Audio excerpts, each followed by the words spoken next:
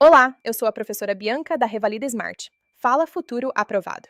O diabetes mellitus é uma doença metabólica crônica caracterizada pela presença de hiperglicemia persistente, resultante de defeitos na secreção de insulina, na ação da insulina ou em ambos.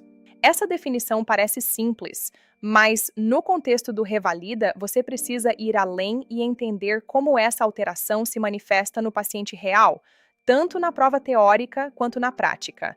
O diabetes é classificado principalmente em diabetes tipo 1, que tem origem autoimune e leva à destruição das células beta-pancreáticas, diabetes tipo 2, que é marcado principalmente pela resistência à insulina associada à falência progressiva da secreção pancreática, diabetes gestacional e outros tipos específicos, como aqueles decorrentes de doenças pancreáticas ou uso de medicamentos. No Brasil, o diabetes tem enorme impacto na saúde pública e é uma das principais causas de morbimortalidade, sendo extremamente prevalente na atenção primária dentro do sistema público de saúde, o que explica sua alta cobrança no Revalida.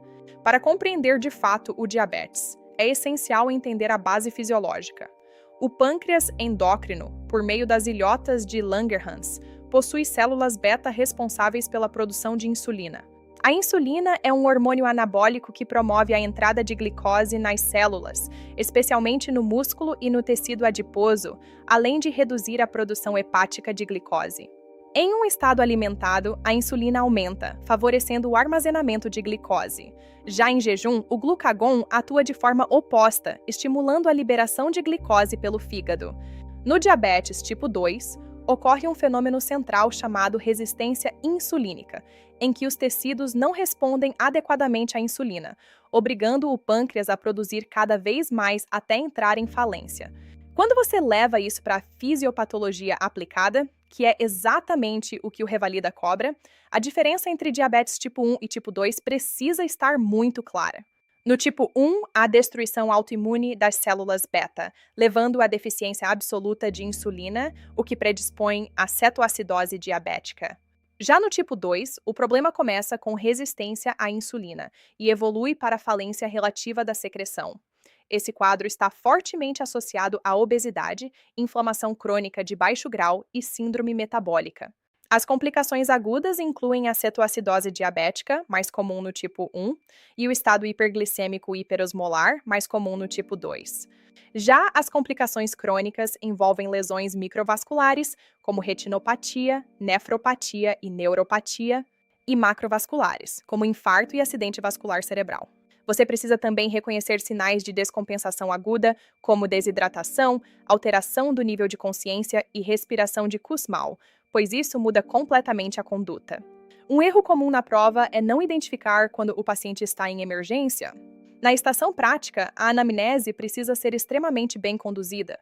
Você deve perguntar sobre sintomas clássicos, tempo de evolução, história familiar, hábitos de vida, uso de medicamentos, presença de comorbidades como hipertensão e dislipidemia, além de avaliar a adesão ao tratamento.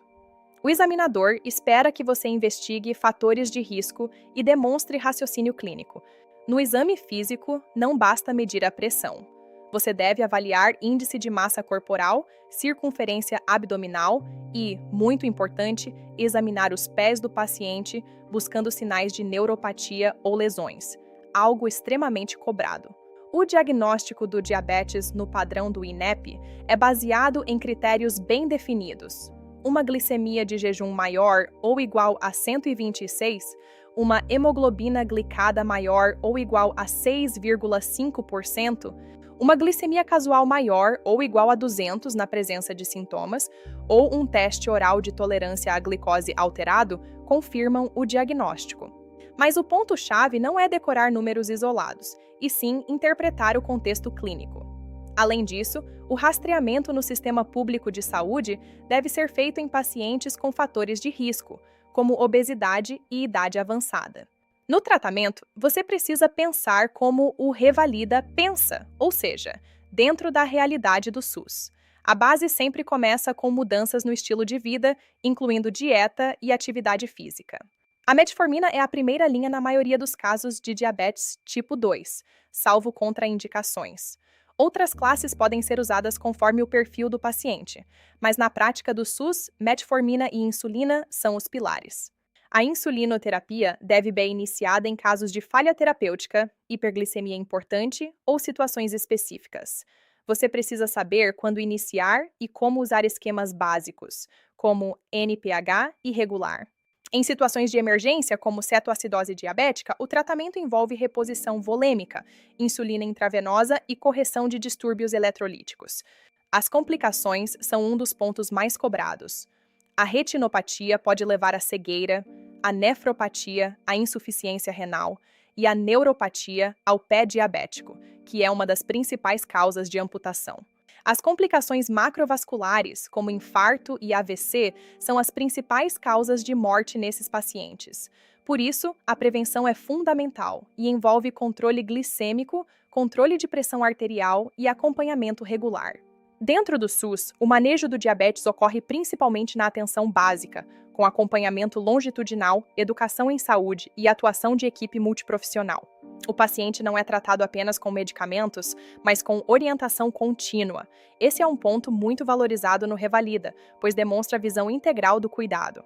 Agora, entrando no raciocínio clínico, que é onde muitos alunos erram, imagine um paciente de 50 anos, obeso, assintomático, com glicemia de jejum alterada em exame de rotina. Você não deve ignorar esse achado, mas sim fechar diagnóstico e iniciar manejo. Em outro cenário, um paciente jovem, emagrecido, com sintomas clássicos e glicemia muito elevada, você deve pensar em diabetes tipo 1 e risco de cetoacidose. O Revalida cobra exatamente essa capacidade de diferenciar cenários. Na prova prática, sua postura é fundamental. Você deve se apresentar, estabelecer comunicação clara, conduzir a consulta de forma organizada e demonstrar segurança. O examinador avalia não só o conhecimento, mas também a forma como você se comunica e toma decisões. Pequenos detalhes, como orientar o paciente sobre dieta, uso correto de medicação e acompanhamento, fazem diferença na pontuação. Ao final, o que você precisa entender é que o diabetes não é apenas uma doença de números, mas uma condição clínica complexa que exige raciocínio, abordagem integral e tomada de decisão baseada em contexto. Se você dominar esses pontos, estará preparado tanto para acertar questões teóricas quanto para performar bem nas estações práticas do Revalida e, mais importante, para atender corretamente seus pacientes dentro da realidade do sistema público de saúde. Tchau, tchau e bons estudos!